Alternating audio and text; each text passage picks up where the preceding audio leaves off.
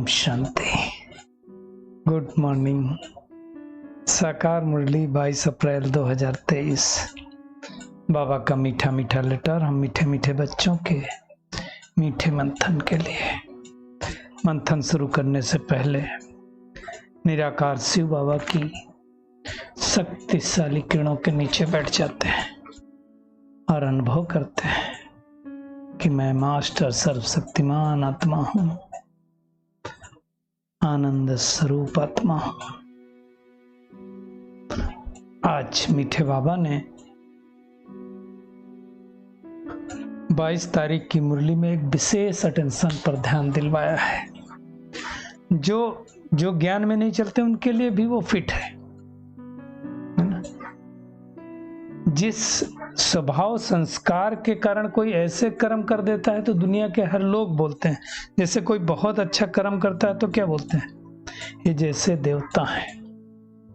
तो बाबा आज वही स्मृति दिला रहे हैं कि मीठे बच्चे अपना स्वभाव बहुत ही मीठा और दूसरा शांत। बोलो तो जैसे लग रहा हो मुख से शहद टपक रहा है, इतनी मिठास हो, और शांत मतलब जो आत्मा रिएक्ट कम से कम करेगी। सामने वाली आत्मा ने कुछ बोला, तुरंत रिएक्शन नहीं दिया, सुनेगी शांतिपूर्वक और फिर प्यार से रिप्लाई देगी, तो उससे सब खुश रहेंगे।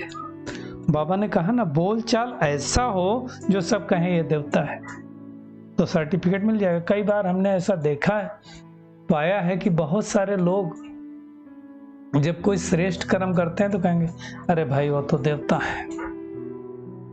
तो देवता बनना बहुत मुश्किल नहीं है, थोड़ी मेहनत करनी है, अपने स्वभाव संस्कार को अच्छा बनाना है। और बाबा ने आज एक और बात कही कि इस पुरुषोत्तम संगम युग पर परमात्मा से भी तुम्हें कौन सा सर्टिफिकेट लेने की आवश्यकता है, भगवान से कौन सा सर्टिफिकेट चाहिए। तो उसमें भी बाबा ने कहा अपने दैवी मैनर्स का सर्टिफिकेट। देवताई गुण कितने हमारे अंदर आए हैं, 36 गुण है ना, कुछ ही पकड़ लो। संतुष्टता, सहनशीलता, पवित्रता, हर्षित मुक्ता, अंतर्मुक्ता। चलो एक ही गुण पकड़ लो, अंतर्मुक्ता। कहा जाता अंतर्मुखी सदा सुखी। तो हमारे अंदर और दैवी गुण आ जाएंगे। वो सर्टिफिकेट परमात्मा से लेना है। वैसे तो बाबा ने टोटल 4 सर्टिफिकेट लेने के लिए कहा। एक खुद से खुद का सर्टिफिकेट। कई बार क्या होता है कि हम खुद से ही संतुष्ट नहीं होते हैं, खुद के पुरुषार्थ से ही संतुष्ट नहीं होते हैं, तो हमें लगता है नहीं भाई हम तो अच्छे नहीं हैं। वो भी नहीं करना है, हमेशा अपने सर्वश्रेष्ठ समान में रहना है। दूसरा क्या है, लौकिक में जिनके आस पास रहते हैं, जो हमारे रिलेटिव हैं, घर वाले हैं, उनसे भी सर्टिफिकेट देना है। और तीसरा अलौकिक, जो परमात्मा के बच्चे हैं, ज्ञान में चलते हैं, वहां भी आते हैं, उनके व्यवहार में आते हैं, उनसे भी तो सर्टिफिकेट लेना पड़ेगा ना। और तीसरा परमात्मा से सर्टिफिकेट, जो परमात्मा ने कहा इस संगम युग पर देवी मैंने इसका सर्टिफिकेट लेना है। और चौथा ड्रामा से संतुष्ट रहना पड़ेगा ना। तो वैसे तो देखा जाए मेन 4 लेने हैं, खुद से, लौकिक से, अलौकिक से और परमात्मा से। तो बाबा कहते हैं भगवान आकर के हम बच्चों का इतना श्रृंगार कर रहा है, इतनी सेवा कर रहा है, मजाक नहीं है। हर रोज मुरली भेजना, 100 सालों तक पढ़ाना रेगुलर, ये मेहनत का काम है। तो उसका रिटर्न देना। रिटर्न क्या है, सिंपल, मददगार बनना है, अपने आप को सुधारना, वही तो रिटर्न है। बाबा कहता है जिसका देवताई स्वभाव हो वो मददगार बच्चा है, थके नहीं ईश्वरीय सेवा में, यज्ञ सेवा से स्नेह हो, कैसे दूसरों को भगवान का ज्ञान दे सकें, कैसे समझा सकें, ऐसे बच्चों को बाप इजाफा देता है। मतलब उनकी ब्लेसिंग मिलती है। ऐसे सर्विसेबल बच्चों को देखकर परमात्मा भी हर्षित होता है, और भगवान जिसके ऊपर खुश हो जाए उसके क्या कहना, उसकी तो फिर बल्ले बल्ले हो जाएगी।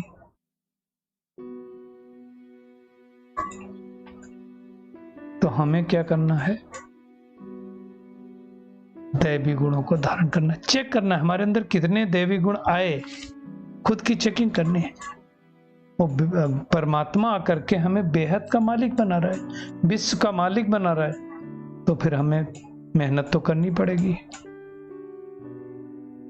बाबा कहते तुम कोई छोटे बच्चे नहीं हो, तुम बड़े हो गए हो, समझदार हो गए हो, तो अब मेहनत करो समझदारी से। बाबा कहता है सारी सृष्टि का रचयिता मैं एक ही हूं। सब साफ साफ करके बाबा रिफाइंड करके समझाता है। भगवान कहता है मैं मालिक बनने नहीं आया हूं, तुमको मालिक बनाने आया हूं, वो भी खाली भारत का नहीं, पूरे विश्व का। नया वर्ल्ड क्रिएट करता हूं तुम्हारे लिए, तो तुम्हें अच्छे दैवी संस्कार धारण करने। लेकिन बाबा कहते कोई कोई ऐसे गर्म तवे हैं जैसे पानी डालो ना तो छटकता है, ऐसे हैं, तो वैसे नहीं बनना है।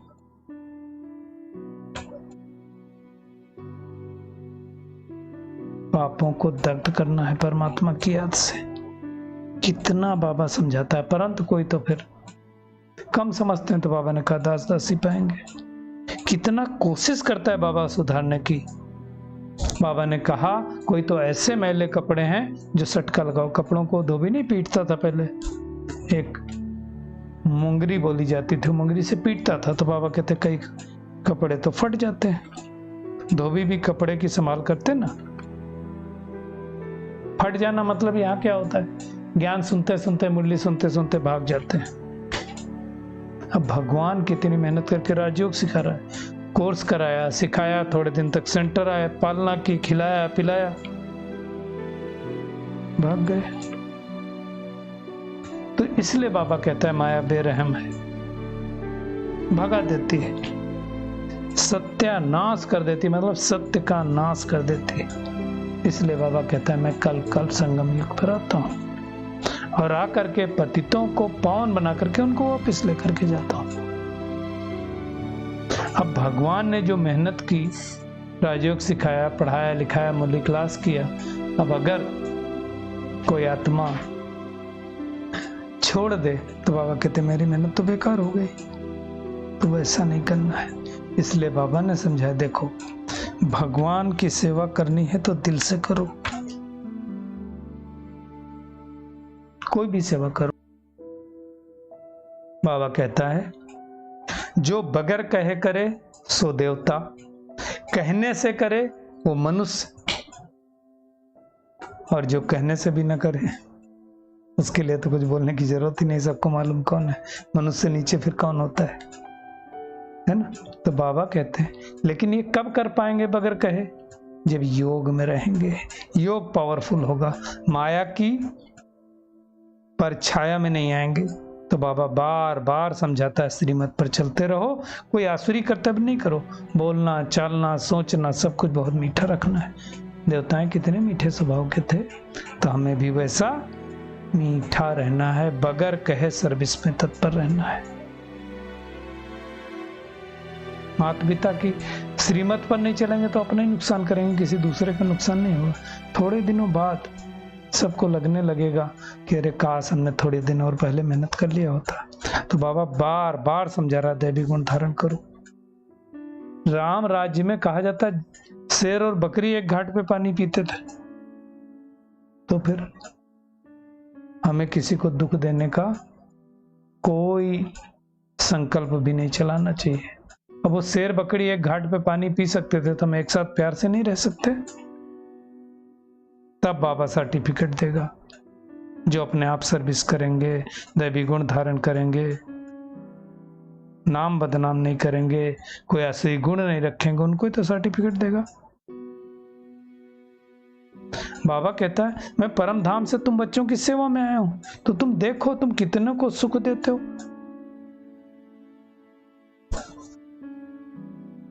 माया के फंदे से तो हम जन्म जन्मांतर दुखी रहे, एक तो गर्भ जेल में गए और फिर आजकल तो लोग उस जेल में भी खूब जाते हैं।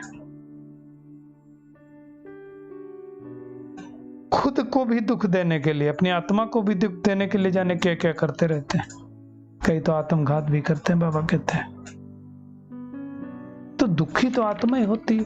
अब उस आत्मा को दुख से छुड़ाने के लिए तो परमात्मा आया है, कहता है कि मैं नए विश्व का रचयिता हूं, इसलिए मुझे मालिक कहते हैं। मालिक कौन? कहते सबका मालिक है, एक मालिक तो वही है। तो मालिक किस लिए आया? हमें विश्व का मालिक बनाने के लिए, कलयुगी दुनिया के दुखों से छुड़ाने के लिए, निर्वाण धाम स्वर्ग धाम में भेजने के लिए। तो उसकी मत पर तो चलना पड़ेगा। इसलिए बाबा कहता है बच्चे गफलत मत करो, अब गफलत छोड़ो। बाबा को पहचान कर उनकी मत पर चलेंगे तो श्रेष्ठ बनेंगे, नहीं तो फिर सजा भी खानी पड़ेगी। देखिए स्पष्ट रूप से है। कई लोग डर जाते हैं, कहते हैं भगवान बोलता सजा खानी पड़ेगी, 1 का 100 गुना पड़ेगा। आप एक चीज में प्राप्ति कितनी है? 1 कदम परमात्मा की श्रीमत पर चले तो पदम गुणा प्राप्ति है। गड़बड़ किया तो वो 100 टाइम्स ही है। तो एक्चुअल तो प्रॉफिट में है ना। ये सब समझने की बातें हैं। तो आज का होमवर्क क्या है? एक तो अपना चाल चलन स्वभाव बहुत मीठा रखना, जिससे हर कोई बोले तो जैसे देवता है। दैवी गुण 36 प्रकार के ही धारण करना है। बाबा की सर्विस बगैर कहे करनी है। भगवान ने जो मेहनत हमारे ऊपर की है उसका रिटर्न अवश्य देना, कोई गफलत नहीं करनी है। आज का बाबा का बहुत सुंदर वरदान है, बुद्धि रूपी विमान द्वारा सेकंड में तीनों लोकों का सैर करने वाले सहयोगी हो। बाप दादा बच्चों को निमंत्रण देते हैं। क्या निमंत्रण देते हैं? कि बच्चे संकल्प का सुविचार करो और सेकंड में पहुंच जाओ वतन में। और क्या करो? सूर्य की किरणें लो। सूर्य की किरणें लेना है तो ज्ञान सूर्य परम धाम में चले जाओ। चंद्रमा की चांदनी लेनी है तो सूक्ष्म वतन में चले जाओ। पिकनिक करो, खेलकूद भी करो। और उसके लिए क्या करो? बुद्धि रूपी विमान में डबल रिफाइन पेट्रोल की भरो। डबल रिफाइन पेट्रोल कैसे भरोगे? एक तो ये संकल्प करो मैं निराकारी आत्मा हूं, और दूसरा मैं परमात्मा का बच्चा हूं। निराकारी आत्मा हूं, बाप का बच्चा हूं, एक ये। और दूसरा साकार रूप में सब संबंधों का नशा भगवान के साथ। ये नशा और खुशी सहयोगी भी बना देगी और तीनों लोगों की सैर करते रहेंगे। तो इतनी मेहनत हम सबको करनी है। स्लोगन है श्रेष्ठ कर्म का ज्ञान ही श्रेष्ठ भाग्य की लकीर खींचने की कलम है। इसलिए कहा जाता है ज्ञान श्रेष्ठ है। पहला सब्जेक्ट हमारा ज्ञान आता है, दूसरा योग आता है, फिर धारणा आता है, सेवा होती। ज्ञान के आधार से योग लगता है। इसलिए बहुत सारे भाई बहनों को पता ही है सबको कि हम जो मेडिटेशन करते हैं अमृत वेला, खास करके मुरली के आधार से ही होता है। क्यों? हर रोज अलग अलग। तो ज्ञान के आधार से होता है योग। और फिर योग में जब पावर आती है तो धारणा होती है, और जब धारणा होती है तो सेवा होती है। इसलिए अमृत वेला कभी नहीं मिस करना चाहिए। अगर मिस हो जाए तो दिन में बैठ करके कर लेना चाहिए, तब तो हमारी श्रेष्ठ भाग्य बनेगा। ज्ञान माना खाली किताबों का ज्ञान नहीं, ज्ञान मतलब धारणा। हमारे अंदर वो ज्ञान आ जाना चाहिए। चलिए परमात्मा किरणों के नीचे बैठ करके महसूस करते हैं, मैं ज्ञान सागर से बाबा की संतान, ज्ञानी तो आत्मा हूं। बाबा की याद के द्वारा अपना दैवी स्वभाव बनाने वाली, बाबा की हर श्रीमत का पालन करने वाली विजयी रतन आत्मा हूं। परमात्मा से अपने दैवी स्वभाव का सर्टिफिकेट लेने वाली, कल्प पहले वाली विजयी आत्मा हूं। बुद्धि रूपी विमान के द्वारा सेकंड में तीनों लोगों की सैर करने वाली सहयोगी आत्मा हूं। शुक्रिया मीठे प्यारे बाप दादा, शुक्रिया आप सभी का इस मीठे मंथन के लिए। ओम शांति।